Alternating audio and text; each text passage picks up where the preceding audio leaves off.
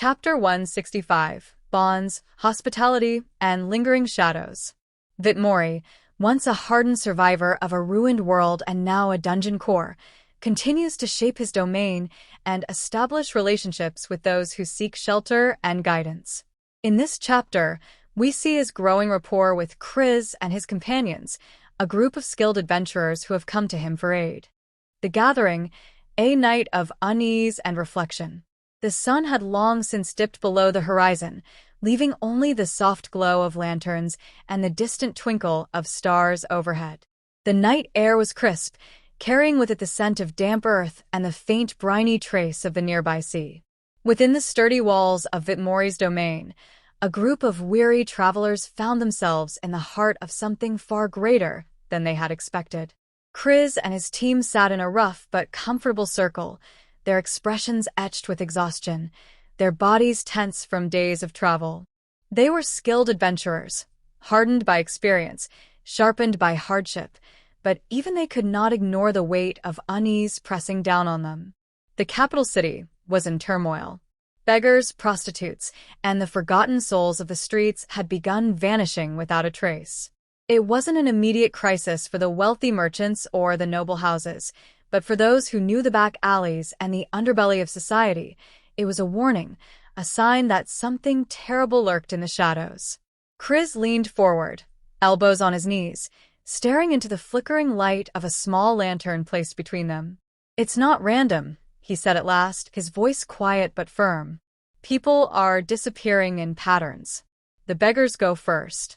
The ones who sleep in alleys, in abandoned buildings. Then, a few days later, the prostitutes start vanishing. First, the ones who have no one looking for them. Then the ones with connections." His words hung in the air like a heavy fog. A woman across from him, a rogue by the name of Lyra, crossed her arms and exhaled sharply. "Someone is picking them off," she murmured. "But for what? If it were slavers, they'd be selling them.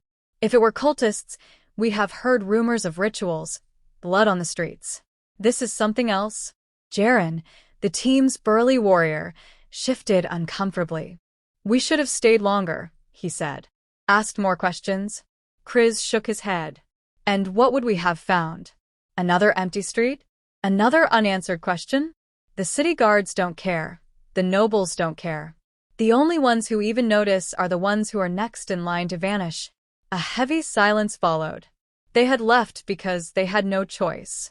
Staying meant placing themselves in the same danger as those who had already disappeared. And without any information, without a trail to follow, they would have been blind, vulnerable, next. And so, they had come here. To Vitmori. To the one being they had been told might offer shelter when the rest of the world turned a blind eye. Krys looked toward the dungeon core, the once human survivor who now governed this strange, ever-expanding domain. Vitmori had been silent so far, listening, watching, his expression unreadable. He had no need for food, no need for rest, and yet he sat among them like any other leader would, absorbing their concerns, weighing their fears. Finally, he spoke. "You're right," he said simply. "This isn't random." His voice was calm, even. A statement of fact rather than a theory. The others turned toward him, their gazes sharp with curiosity. Vitmori leaned forward slightly, resting his arms on his knees. "Disappearances like these don't happen in isolation. Someone is orchestrating them. Someone with resources, with patience." His gaze flickered toward Krys. "The pattern suggests careful selection. The most vulnerable first. The least noticed. Then moving upward." Jaren frowned. "So, what's the endgame?" Vitmori was quiet for a moment, considering. Then he said, "It depends on who is behind it. If it were a slaver's ring, you'd see movement, people being transported, smuggled. If it were a cult, they'd have made their presence known by now. This feels like a build-up." Lyra's fingers tapped against the hilt of her dagger. "A build-up to what?" Vitmori's gaze was steady. "Something large. Something they don't want interrupted." Krys exhaled slowly, rubbing his temples. "So we're dealing with someone who knows how to be discreet, who knows how to make people disappear without a trace." Vitmori nodded. "And who isn't afraid to take their time?" The The thought sent a shiver down Lyra's spine. As slavers, cultists, common criminals, they all worked on urgency. There was always risk, always a sense of danger. But this was something methodical. Cold. We need more information, Krys said, his voice steady. But that means going back. Vitmori studied him for a moment. Not yet, he said. Krys raised a brow. Why? Because whoever is behind this knows what they're doing, Vitmori replied. They've been careful so far. But if you return now, too soon, you'll be stepping directly into their sight. A quiet murmur of agreement rippled through the group. Jaren exhaled through his nose. So, what do we do? Vitmori glanced around the circle, taking in their faces. These people were strong, but even strength had limits. They were tired, carrying the weight of questions without answers. They needed time. For now, he said, you rest. Gather your strength. When the time is right, we will act. Krys hesitated. He wasn't used to waiting. He was a man of action, of movement. But he also wasn't a fool. And if Vitmori said the time wasn't right, then there was wisdom in that. Finally, he nodded. All right, he said. We rest. And so, for the first time in a long time, they allowed themselves to breathe. But in the backs of their minds, the mystery remained. Unanswered. Unrelenting. Waiting. The place to rest. A moment of shelter. After the long discussion, a heavy silence settled over the group. The weight of the missing people in the capital, the mystery of their disappearances, and the uncertainty of what lay ahead gnawed at them like a dull blade against the mind.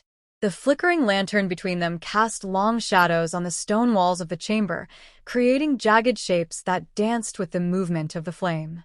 The warmth of the meal they had shared still lingered in their bellies, but it did little to dispel the exhaustion in their bones. Krys finally let out a slow breath, rubbing a hand over his face before looking toward Vitmori. You mentioned we could stay here for a while. I appreciate that. But I have to ask, what kind of place are you offering? The others watched Vitmori closely. Though he looked like a man, his presence carried a weight that was distinctly other. There was something measured about his movements, something too precise in his mannerisms. They were speaking to a being that had once been human, but had long since become something more. Vitmori met Krys's gaze steadily. A secure one, he said simply. He stood, his posture fluid, and gestured for them to follow. Without hesitation, he led them through the corridors of his domain. The walls here were different from the stone structures of old fortresses or castles. They seemed alive, as if they had grown rather than been built. The very air hummed faintly with a presence, the pulse of the dungeon core resonating within every surface. You're used to inns, camps, and city barracks, Vitmori said as they walked. Places that offer a roof but not much security. Here, you will not need to keep watch through the night. Here, you will sleep without fear of a knife in the dark. Jaren let out a skeptical chuckle, crossing his arms. Sounds too good to be true. Vitmori didn't respond immediately. He simply led them deeper until they reached a reinforced wooden door set into the stone. With a casual motion, he placed his palm against it, and with a soft click, the door unlocked and swung open. Inside was a surprisingly well-maintained living space. The basement chamber was nothing like the damp, cold cellars they had slept in before. It was warm, with a controlled atmosphere that kept out the chill of the night.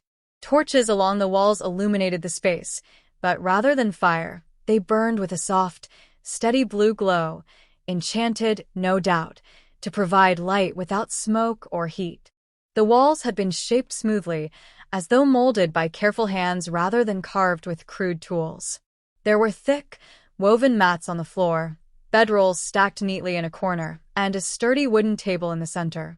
A basin of fresh water sat atop a small stand, steam still rising from its surface. Lyra stepped in first, her sharp eyes scanning every detail. She reached out and ran her fingers over the wall, her brow furrowing. This stone isn't normal, she muttered. It feels warm. Vitmori nodded. It is part of my domain. It breathes with me. It remains comfortable no matter the season. No cold in the winter, no stifling heat in the summer. It will shelter you as long as you are here. Krys crossed his arms, his expression cautious. And what's the cost? Vitmori gave him a long, unreadable look before answering. Rest. Jaren scoffed. Rest? That's it. You are exhausted, Vitmori said simply. You've been running, watching your backs, waiting for the next blade to fall. You cannot fight what is coming if you do not recover first. If you push yourselves into the fray without preparation, you will break. And then you will be nothing but another set of names added to the list of the missing. His words carried a quiet authority, a certainty that left no room for argument. Krys exhaled through his nose and exchanged glances with his team. Lyra still looked skeptical, but there was no denying the truth in Vitmori's words. They were tired. More than that, they were drained in ways they hadn't even realized. Slowly, Krys nodded. All right. We accept. Vitmori inclined his head in acknowledgement. Then rest.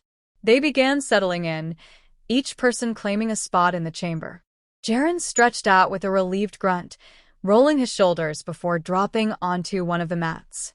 Lyra took a position near the wall, back against the stone, her daggers within arm's reach. Even as exhaustion pulled at her, old habits refused to die. Krys took the last few moments to study Vitmori.